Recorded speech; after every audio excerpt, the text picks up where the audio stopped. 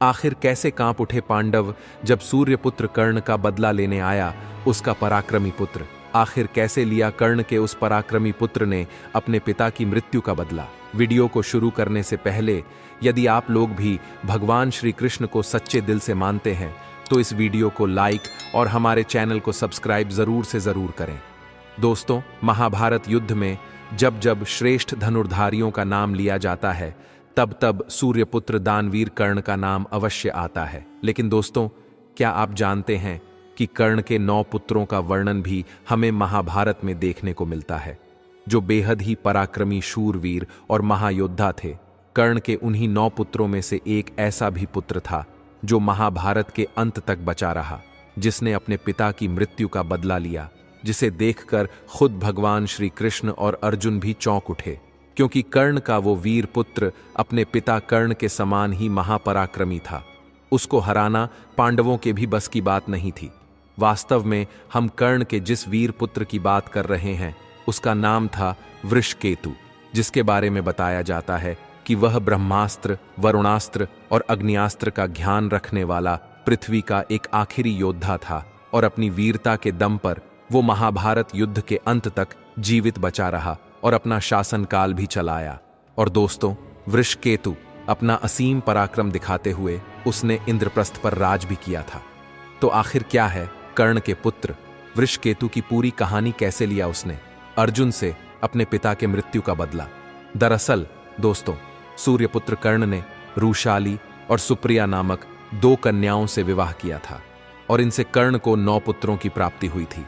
दोस्तों, महाभारत में अंगराज कर्ण की पत्नी रूशाली का वर्णन एक बुद्धिमान, चरित्रवान और पतिव्रता पत्नी के रूप में किया जाता है। ऐसा कहा जाता है कि रूशाली दुर्योधन के विश्वास पात्र सारथी सत्यसेन की बहन थी, जो कर्ण की मृत्यु के बाद कर्ण के साथ ही उसकी चिता पर सती हो गई थी।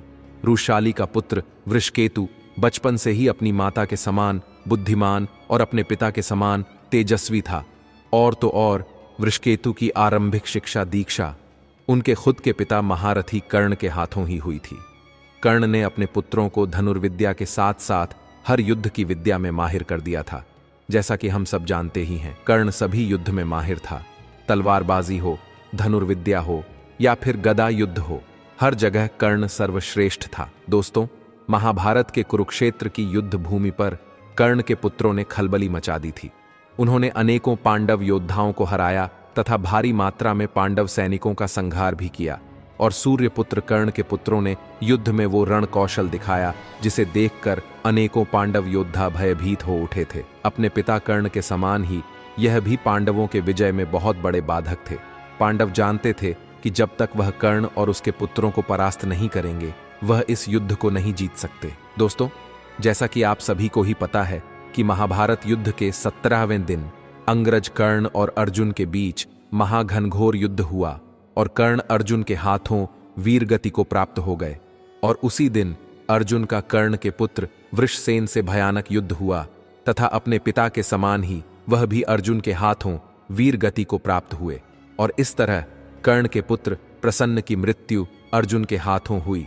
वहीं कर्ण के एक और पुत्र को महाबली भीम ने मारा तथा चित्रसेन, सत्यसेन, नकुल और सहदेव दोनों ने मिलकर मारा। इस प्रकार से दोस्तों, कर्ण के 9 पुत्रों में से 8 पुत्र महाभारत में मारे गए। वृषकेतु कर्ण का इकलौता जीवित और सबसे जवान पुत्र था। वृषकेतु के पिता और अन्य सभी भाइयों का अंत हो चुका था। उसकी माता भी कर्ण की चिता में सती हो गई थी। वृषकेतु अकेला हो गया था। उसके सभी जन लोग चले गए थे, लेकिन इसके बावजूद भी उसने कभी भी अपने मन में बदले की भावना नहीं पाली। वृषकेतु का बचपन उसकी माता के साथ बीता था, इसीलिए उसके चरित्र पर उनकी माता का ही प्रभाव पड़ा। उसने कभी भी पांडवों के विषय में कुछ गलत नहीं सोचा। उसने कभी अर्जुन के विषय में कुछ गलत नहीं सोचा, जो स्वयं कर्ण के हत्यारे थे और जिन्होंने कर्ण को अधर्म से मारा था। दोस्तों, वृषकेतु धर्म अधर्म का ज्ञान रखता था और महाभारत युद्ध के बाद पांडव की जीत हुई तथा युधिष्ठिर हस्तिनापुर में राज्य करते रहे, लेकिन फिर भी उनके प्रति उसके मन में कोई भी द्वेष भावना नहीं थी। जब कर्ण की मृत्यु के बाद पांडवों को पता चला कि कर्ण उनके ज्येष्ठ भ्राता थे और साथ ही उनका पुत्र वृषकेतु आज भी जीवित है, तो उन्होंने उसे महल में बुलाया। अपने पिता के समान ही वह भी निडर था। वो पांडवों से डरा नहीं, ना ही उनके प्रति कोई मन में वैर भावना थी।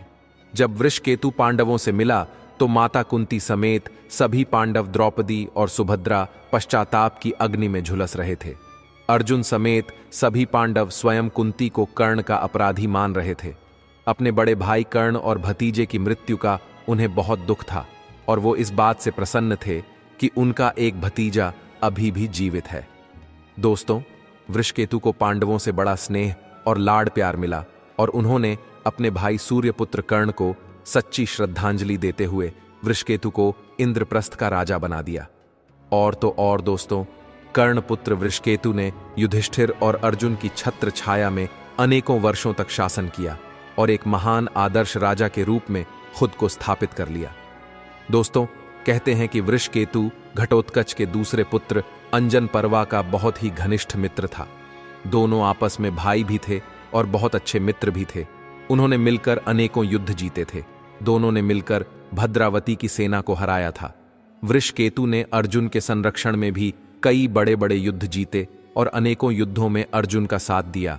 वह भी अपने पिता की तरह ही एक महान धनुर्धारी बना। युधिष्ठिर के अश्वमेघ यज्ञ के समय अर्जुन के साथ वृषकेतु भी भारत विजय पर निकला, जहां दोनों ने मिलकर अनेकों कई सारे राजाओं को परास्त किया। और इसी अभियान के समय जब अर्जुन अनजाने में ही अपने दूसरे पुत्र बभुवाहन से लड़ पड़े थे, तब उस समय में बभुवाहन ने भी वृषकेतु के साथ युद्ध किया था, जो अर्जुन का ही पुत्र था। ब्रह्मास्त्र हो या फिर ब्रह्मांड दंड अस्त्र, सबका ध्यान रखने वाला महाभारत का एक आखिरी योद्धा, जिसने भगवान श्री कृष्ण के कहने पर कभी भी ये ज्ञान किसी और को नहीं दिया, क्योंकि वो शांति को महत्व देता था। दोस्तों, महारथी कर्ण सूत परिवार से थे।